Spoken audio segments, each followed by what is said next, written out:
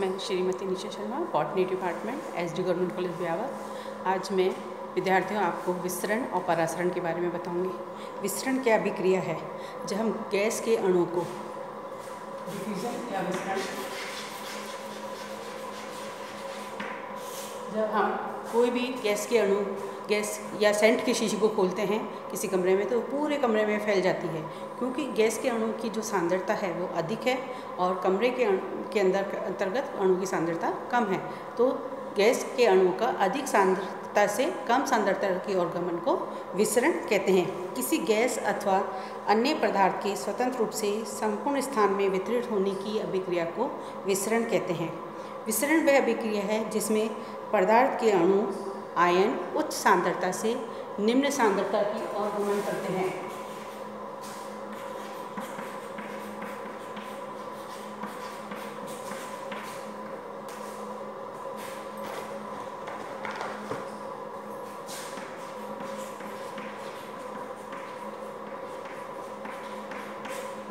सांद्रता से निम्न सांद्रता की ओर अणुओं का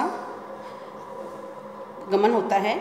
विसरण की क्रिया द्रव्य की तीनों अवस्था, ठोस, द्रव व गैस में तीनों अवस्था के अंतर्गत होती है। गैस में सर्वाधिक, द्रव में उससे कम और ठोस में विसरण की अभिगति जो होती है वो बहुत धीरे होती है। स्वतंत्र विसरण, स्वतंत्र प्रक्रिया या विसरण दाब पदार्थ के अणुओं के उच्च विसरण से निम्न विसरण दाब क्षेत्र की ओर गमन को विसरण कहते हैं। किसी भी क्षेत्र के अणु का विसरण उस क्षेत्र के दो बिंदुओं के विसरण दाब के अंतर पर निर्भर करता है। उसे डिफ्यूजन प्रेशर ग्रेडियंट या विसरण दाब प्रवणता कहते हैं। विसरण को प्रभावित करने वाले कारक निम्न हैं। प्रथम, तापमान या टेम्परेचर। जैसे जैसे किसी स्थान का तापक्रम बढ़ता है तो विसरण अभिक्रिया भी जो है वह बढ़ती है। विसरण अभिक्रिया अणुओं की गतिज ऊर्जा के कारण होती है। तो इसके अंदर तापक्रम या टेम्परेचर के बढ़ने के साथ ही डिफ्यूजन भी बढ़ता है, अर्थात अणु की गतिज ऊर्जा बढ़ जाती है, जिसके कारण विसरण अभिक्रिया भी बढ़ती है, अर्थात ये डायरेक्टली प्रोपोर्शनल होता है। इसी तरह से विसरण दाब प्रवणता दूसरा कारक है।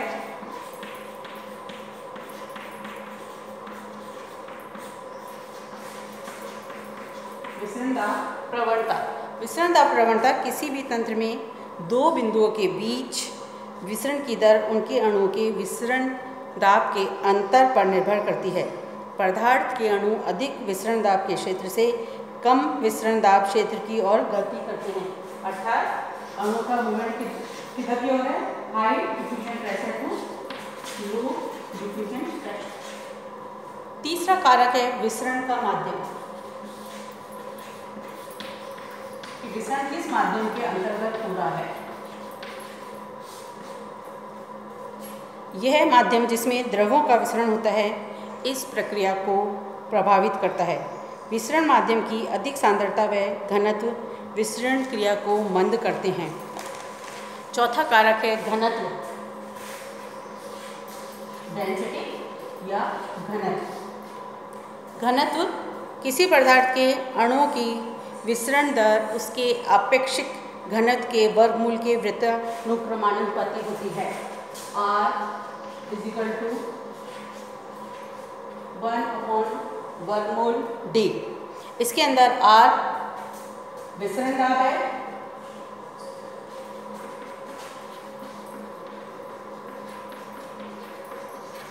और D घनत्व है। अब नेक्स्ट अपन देखेंगे परासरण अभिक्रिया।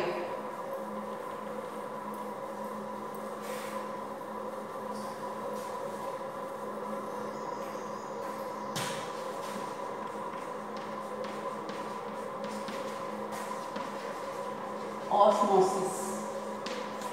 परासरण को सबसे पहले डिस्क्राइब किया था वैज्ञानिक एबी एफलेट ने।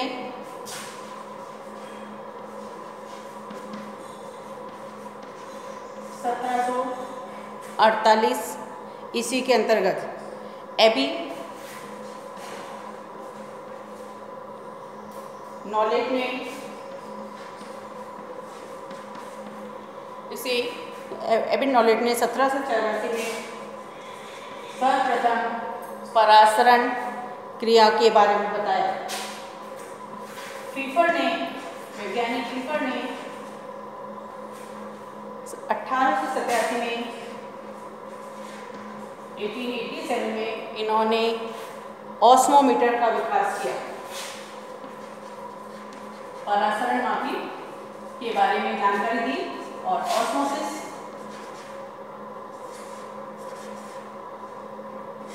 के बारे में एबिन नॉलेज ने सबसे पहले हमें बताया था। तो परासरण अभिक्रिया क्या है? परासरण अभिक्रिया वह अभिक्रिया है, यह भी एक प्रकार की विसरण अभिक्रिया होती है जिसमें जल अपनी उच्च सांद्रता से निम्न सांद्रता की ओर अर्धपारगमी झिल्ली से विसरित होता है। हम इसे दूसरे शब्दों में कह सकते हैं कि परासरण एक विसरण क्रिया है जिसमें जल या विलायक के अणुओं का अपनी उच्च सांद्रता से निम्न सांद्रता की ओर अर्धपारगमी झिल्ली से परागमन होता है।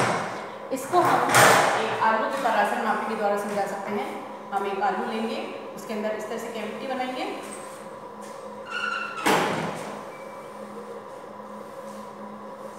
और इस आलू को एक बीकर के अंदर रखेंगे।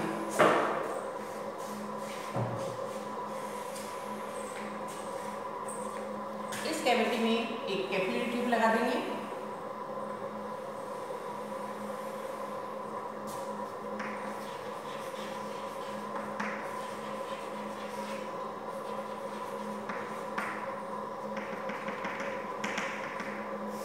इसके अंदर हम यहाँ पर सांद्र सॉल्यूशन या कंसंट्रेट सॉल्यूशन भरेंगे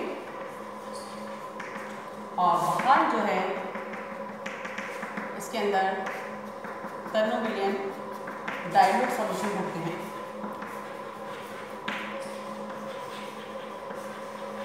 जैसा कि हमें विदित है कि परासरण अभिक्रिया में जल के अणु अधिक सांद्रता से कम सांद्रता विलयन की ओर गमन करते हैं। जल के अणु जो होते हैं वह तनु विलयन से अधिक सांद्र विलयन की ओर गमन करेंगे, तो जल के अणु बाहर से अंदर की ओर गमन करेंगे, जिसके कारण कैपिलरी का जल जो है बढ़ जाएगा। पहला जो जल था वह ए, कुछ समय पश्चात देखते हैं तो वह बी हो जाता है। तो आलू के द्वारा जितना जल कैपिलरी में ऊपर की ओर चढ़ा उतना उसके द्वारा परासरण अभिक्रिया होती है, इसलिए इसे आलू की परासरण मापी भी कहा जाता है। परासरण अभिक्रिया के अंतर्गत हम 3 तरह के सॉल्यूशन काम में आते हैं। हाइपोटोनिक, हाइपरटोनिक और आइसोटोनिक। हाइपोटोनिक ऐसा विलयन जिसकी सांद्रता कोशिका रस की सांद्रता से कम होती है। ऐसा विलयन जिसकी सांद्रता कोशिका रस की सांद्रता से कम होती है, या दूसरे शब्दों में हम कह सकते हैं ये हमारा डाइल्यूट या तनु विलयन होता है। ऐसे विलयन को हम हाइपोटोनिक विलयन कहते हैं। हाइपरटोनिक विलयन वह विलयन होता है जिसकी सांद्रता कोशिका रस की सांद्रता से अधिक होती है, अर्थात ये कंसंट्रेट या सांद्र विलयन होता है। यह विलयन हमारा जो है सांद्र होता है। और तीसरा आइसोटोनिक विलयन वह विलयन होता है जिसके अंदर जल के अणु की सांद्रता कोशिका रस की सांद्रता के समान होती है, अर्थात यह विलयन जो है हमारा नॉर्मल विलयन होता है। तो ऑस्मोसिस अभिक्रिया के अंतर्गत हम जो है तीन प्रकार के सॉल्यूशन काम में आते हैं, आइसोटोनिक, हाइपरटोनिक और हाइपोटोनिक। ऑस्मोसिस भी 2 प्रकार का होता है, एक्स ऑस्मोसिस और एंड ऑस्मोसिस। एक्स ऑस्मोसिस वही परासरण और एंड ऑस्मोसिस अंतर पर आता है। तो सबसे पहले एक्स ऑस्मोसिस, यदि किसी कोशिका को हाइपरटोनिक सॉल्यूशन के अंतर्गत रखा जाता है तो जल के अणु कोशिका के अंदर हाइपरटोनिक सॉल्यूशन की ओर गमन करते हैं। जैसे हम अंगूर को यदि शुगर सॉल्यूशन में रखते हैं तो अंगूर के अंदर क्या होता है कि अंगूर जो है आपका श्रिंक हो जाता है। एंड ऑस्मोसिस, किसी कोशिका को हाइपोटोनिक सॉल्यूशन में रखने पर जल के अणु हाइपरटोनिक सॉल्यूशन कोशिका में प्रवेश करते हैं, इससे एंड ऑस्मोसिस होता है। जैसे किशमिश को शुद्ध जल में रखने पर वह फूल जाती है। इसे हम इस तरह से भी समझा सकते हैं। ये हमारा बीकर है, इसके अंदर हमने 2 पार्टीशन किए और ये पार्टीशन अल्पार्गी में झिल्ली के रूप में कार्य करते हैं। इसके अंदर ए सॉल्यूशन, इसमें बी और इसमें सी सॉल्यूशन है। ए सॉल्यूशन जो है हाइपोटोनिक, या दूसरे शब्दों में हम कह सकते हैं ये हमारा तनु विलयन है। ये हमारा विलयन जो है लेस हाइपोटोनिक है,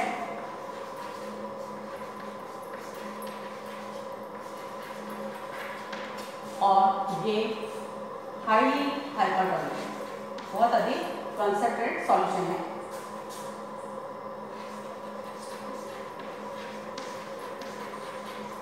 जैसा कि हमें विदित है कि जल के अणु तनु विलयन से शांत विलयन की ओर गमन करते हैं, तो जल के अणु ए से बी की ओर गमन है, तो ये अणु बाहर से अंदर की ओर आ रहे हैं, तो इसे कहेंगे एंड ऑस्मोसिस। और जब बी और सी के अंदर हम देखते हैं ये हाइपरटोनिक है, ये हाईली हाइपरटोनिक है, तो ये विलयन हमारा कंपेयर टू सी के जो है डाइल्यूट है या लेस कंसंट्रेट है। जब जल के अणु बी से सी की ओर गमन कर रहे हैं तो ये हमारा कहलाएगा एक्स ऑस्मोसिस।